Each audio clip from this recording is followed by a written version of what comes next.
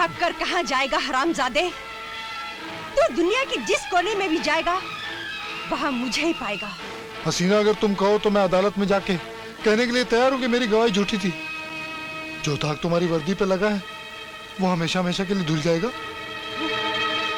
नहीं रंगदार सिंह, वो दाग मेरी वर्दी के साथ साथ पूरे पुलिस डिपार्टमेंट के माथे पर भी लगा है, और वो सिर्फ और सिर्फ तेरे ही खून से धुल सकता है रंगदार सिंह। मैं मानता हूँ कि मैं झूठा हूँ, फरेबी हूँ, मक्कार हूँ।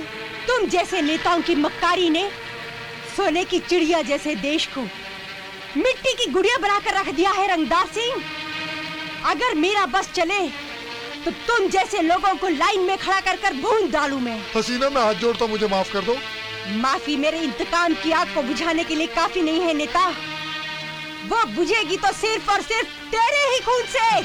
नहीं नहीं नहीं नहीं नहीं नहीं नहीं,